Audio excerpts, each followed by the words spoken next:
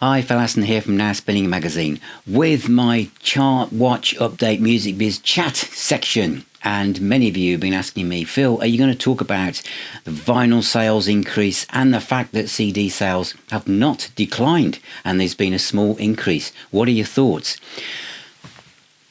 I'm usually ahead of the curve on this, and but there's been so much press about this, and so much of it is clickbait.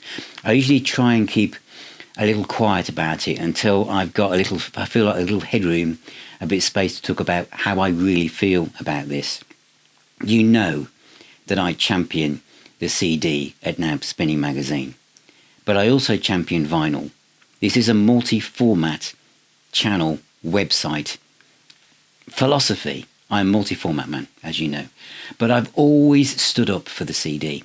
Whenever these headlines come out saying vinyl sales increase for the 15th year, whatever, I always then start to do my videos called why young people are starting to buy CDs again, why the CD still rock, and why the CD is still the best format for X, Y, and Z.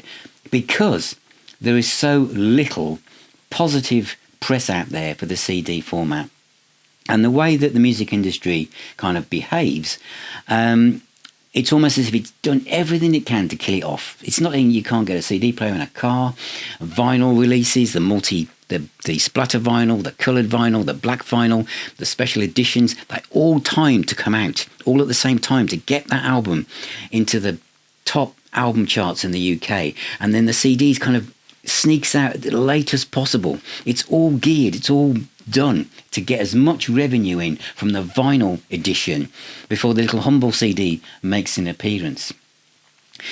And the BPI will always say this, and as Paul from Super Deluxe Edition has also said, the BPI is part of the industry, so it pushes vinyl. That's where the revenue is. We totally understand that. However, as you look back through this channel and look back through the Chart Watch episodes and Music Big Chat versions and things and features I've done, you know that I can probably safely say, nearly all the time, the number one album in the UK album charts has got there through physical releases, okay? And nearly every single time, there has been a 2-to-1 ratio of CD sales versus vinyl. And in a lot of cases, depending on the genre and the artist, it has been nearly 4-to-1 with CDs sold versus vinyl. Now, I'm not saying that to in any way take away the triumphant success of the vinyl record, because I love vinyl records. But I think we've reached a point where newspaper editors just looking for a bit of clickbait, just let this go. I know there are CD-only Facebook groups and vinyl-only Facebook groups. I'm not interested in them. And I think most music fans like both formats. And we pick and choose what we want depending on who the artist is, the price point, and how we feel. And it's as simple as that. But the CD is doing really, really well. I bought what's in front of me. Steve Hackett. This is To Watch the Storms on vinyl, double vinyl album. Fantastic pressing. Always wanted it on record.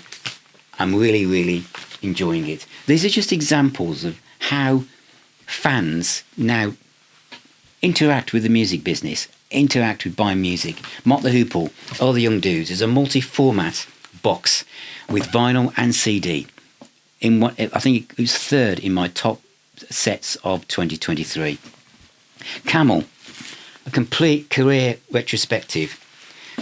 There's no way on earth that could have been a vinyl set. Absolutely brilliant. CD works perfectly, and the CD works for this. Keith Hartley, this is going back a couple of years, from Cherry Red. Again, impractical for vinyl. Nectar, impractical for vinyl. Lots of versions of the same album, you could say, but just fantastic. And this is the thing, is that most people stream. 85%, so 15% of the market, 15, 20, 25% near Christmas is physical. But it's physical music, so it's fans of physical music I'll buy a CD box set because it's a band that I want to have their catalogue in front of me. I want to sit down with a booklet, and if it's vinyl, again, sometimes it's a vinyl box set. But many of us will pick and choose because I like this artist, but I'm not I'm not an uber fan, so I'll buy the CD for 10 quid. For this other band, I really, really like them. I'm going to spend double that or sometimes triple that for the vinyl version. And the vinyl version might come with different things. Or if it's one of my favourite bands, I'm going to buy both. We just pick and choose. So this kind of like background static noise of trying to force us to buy a vinyl album or try and put us off buying a CD, it doesn't work. And I think that's what has happened, is that CD sales have grown slightly. Over the last few years, they've levelled off. As much as record labels and PR companies have done their best to try and kill them off and everything else, and all the press, I mean, come on, we all like to be on the winning side, don't we? And all the time, the background of people saying, you don't still buy CDs, do you? Go down. We do. And it just shows that as much as it's trying to be pushed down, they bubble back up. And not because they're competing, it's just part of the experience of loving music. People might say, it's about the music. I mean, what the CD? It's just even the vinyl. Why? I think to experience art takes in more than one sense. You watch a film, there's music in the film. It's not just moving actors performing. The music adds to the experience and the emotion of what the message is and the story is all about.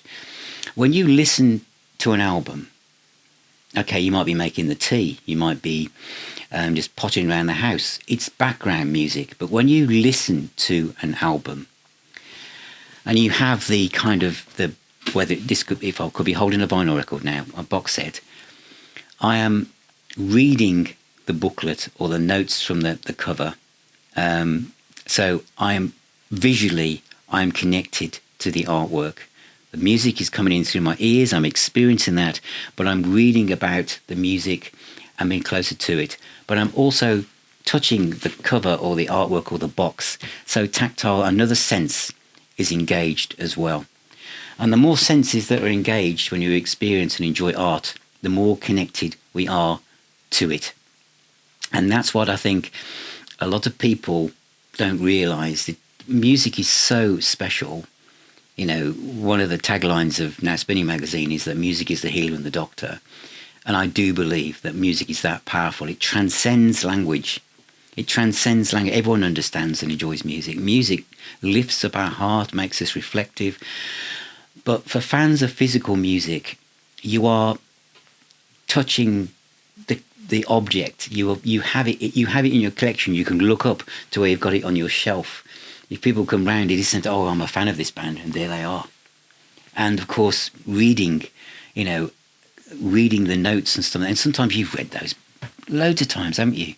But each time something else comes out because of the way the music is touching you. So yes, it's touch.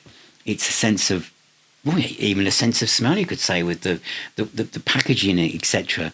But the sense of sight and sound, it's everything, But I think taste is the only one that's not connected. But all of us, and I think that's what makes music so powerful.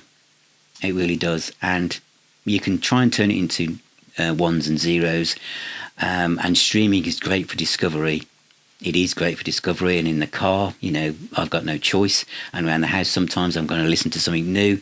But this is great news that vinyl has done really well. And it's, from revenue perspective, it has outsold the CD.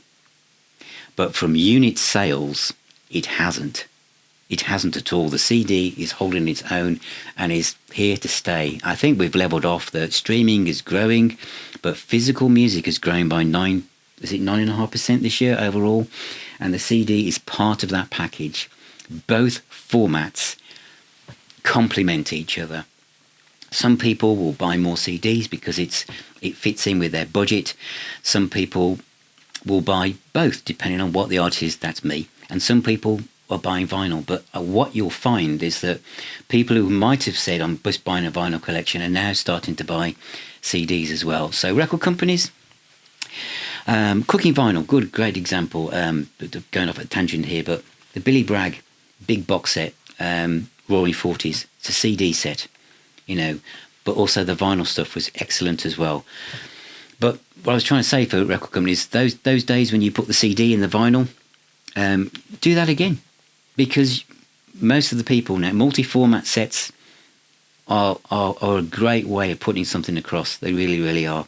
I think 2024 is going to be a fantastic year for physical music, and it'll be a great year also for people getting their records out of their loft and their CDs back into the living room and back on the show, as enjoying physical music becomes a thing for all generations. And it's wonderful, to go into a record shop and see, kids my son's age, mid-20s, early 30s, browsing through vinyl records and CDs and stuff. I think it's fantastic. And that is a way of supporting artists. They make more money from that physical sales than they do from streaming. And that needs to be sorted out. But that's an argument for another day. So thank you for watching. Thank you for being here. Thank you for all of your support. Stay safe, everyone. Keep spinning those discs. And remember, music is the healer and the doctor. So keep taking the medicine and let Now Spinning Magazine be the light in the darkness and the times we find ourselves in. I'll see you very, very soon.